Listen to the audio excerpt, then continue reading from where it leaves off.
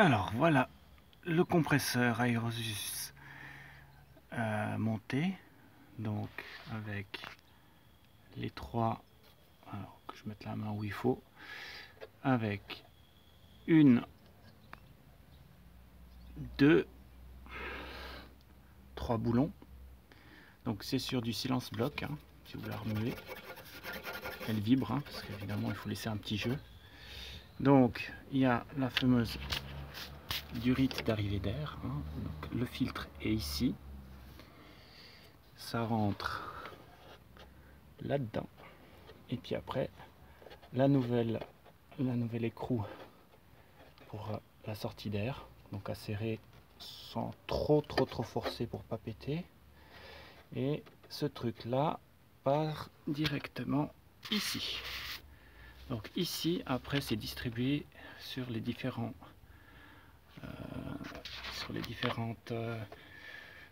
suspensions, et il y en a un pour l'accumulateur qui se situe dans le coffre. Quand vous ouvrez le coffre à gauche dans la garniture en dessous. Voilà.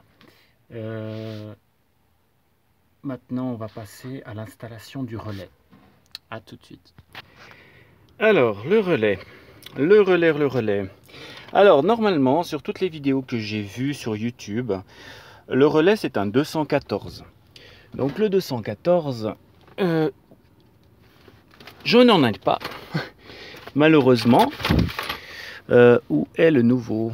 Ça y est, ah, il est là. Voilà.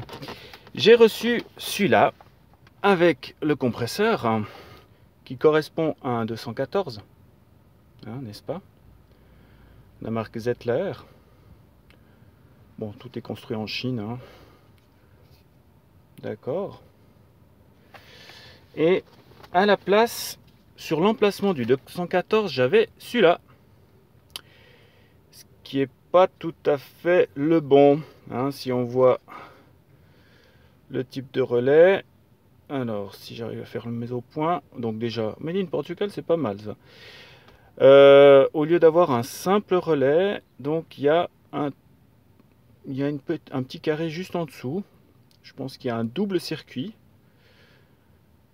ce qui normalement ne devrait pas être le cas pour un compresseur, d'après ce que j'ai lu. Vous me direz en commentaire ce que vous pensez.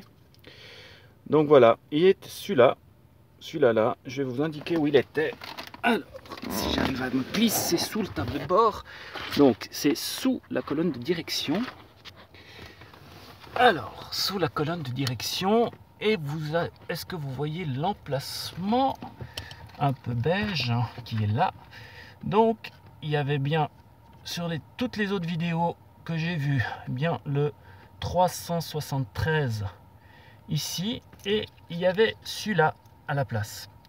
Alors, vu l'état cassé, etc., que j'ai trouvé, je pense que l'ancien propriétaire a eu la bonne idée de mettre ce genre de relais, sûrement pour pallier à certaines erreurs du compresseur. Alors on va voir maintenant en plaçant le relais noir que j'ai, qui est là.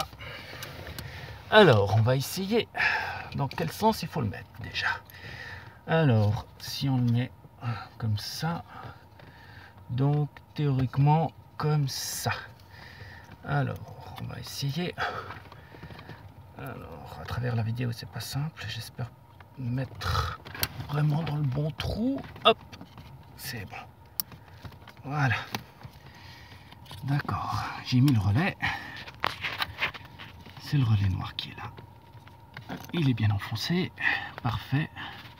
Donc si vous voyez, il y a plein de relais. Voilà. Chose étonnante que je ne sais pas, vous me direz.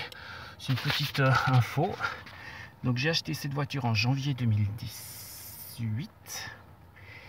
Et j'ai trouvé ce genre de boîtier. Où est-ce qu'il est? Voilà, j'ai trouvé ce genre de boîtier. Alors ce n'est pas un boîtier d'alimentation. Attendez, hop. Mais d'autant plus qu'il est branché de manière un petit peu... J'espère ne pas tout casser. Il y en a d'autres. Donc j'ai trouvé ce genre de boîte, je ne sais pas ce que c'est. Si quelqu'un le sait, ce serait une bonne idée de me le dire.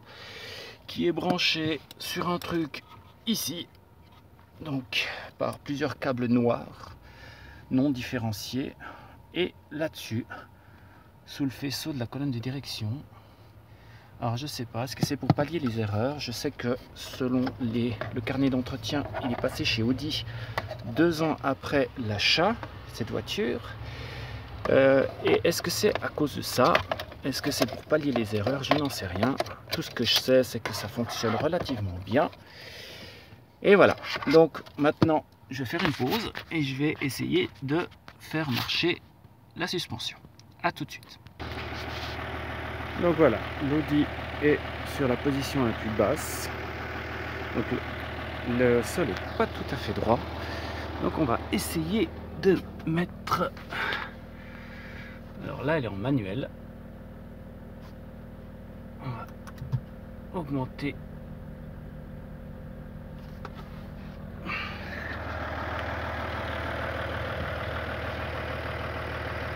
Voyons voir, normalement ça gonfle derrière d'abord. On va voir si c'est le cas. Et dans quelle mesure elle peut gonfler? Et à quelle vitesse?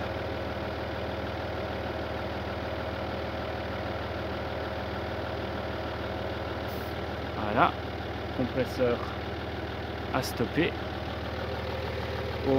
Devant, c'est beaucoup plus haut. On va essayer la position 3. Donc ça monte beaucoup plus vite, effectivement, puisque le compresseur est neuf.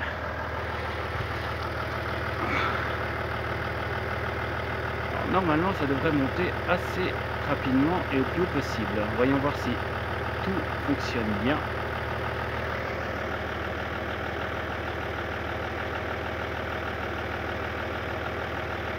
Alors ça n'a pas l'air de trop bouger. Est-ce que c'est parce que le sol n'est pas droit?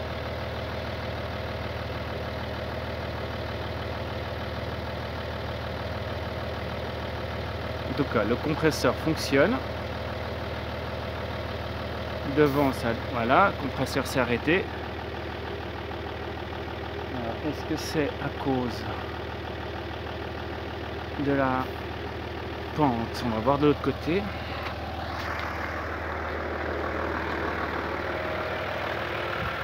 Alors de ce côté, ouais, effectivement, c'est sûrement à cause de la bosse que j'ai sous la roue arrière gauche. Donc elle est beaucoup plus haute. Et on va essayer avec la position la plus haute. Voilà. La position la plus haute, qui est la position de franchissement.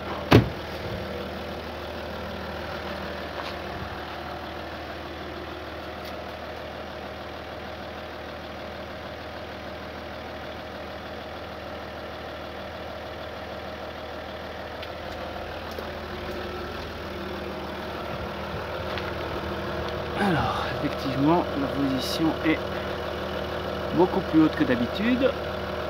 On va voir de l'autre côté. Le compresseur fonctionne, en tout cas. Voilà, pchit, ça fait pchit, et puis c'est bon. Donc là, c'est beaucoup plus haut. La hauteur, beaucoup plus haute. Mon gros problème que j'avais avant, c'est que le compresseur n'arrivait pas à envoyer assez d'air pour en mettre en position 4. Alors là, la position manuelle, hein, si vous posez la question, c'est que j'ai un problème sûrement du boîtier de gestion du quattro, c'est-à-dire le boîtier qui se trouve côté passager, sous les pieds du passager. Donc ce sera la prochaine vidéo si j'arrive à la faire. Donc il y a l'ABS qui est là, qui est affiché, le SP, et ça, est-ce que c'est parce qu'il y a le défaut de l'ABS et de l'ESP qui fait que les suspensions sont en manuel? Je vais quand même vérifier après le remplacement du relais. On va essayer 3 secondes sur les 2 boutons. On va essayer. Alors là on est en manuel, on va déjà descendre de 2. Alors ça descend beaucoup plus vite aussi. On va déjà descendre de 2 et une fois que c'est en bas, on va se mettre en position automatique. Alors sachez que c'est une Audi A6 C5 B4 all-road avec un moteur 2,5 litres 6 cylindres diesel qu'elle est 2001, qu'elle a à peu près, vous voyez, 322 000 km. Prochaine étape sur cette voiture, c'est la distribution.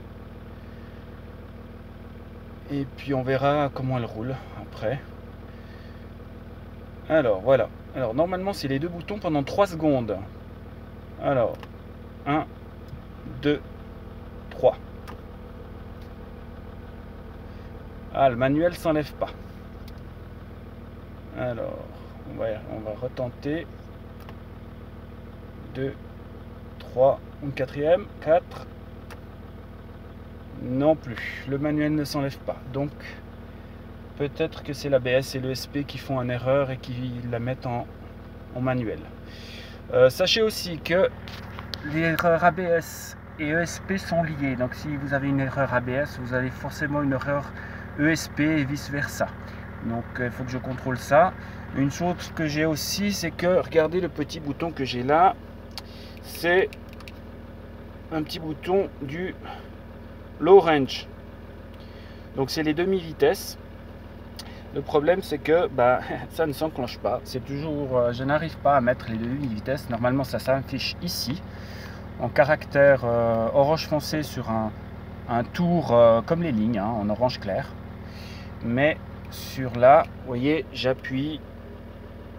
Alors attendez, je fais un truc faux, c'est qu'il faut que je mette le frein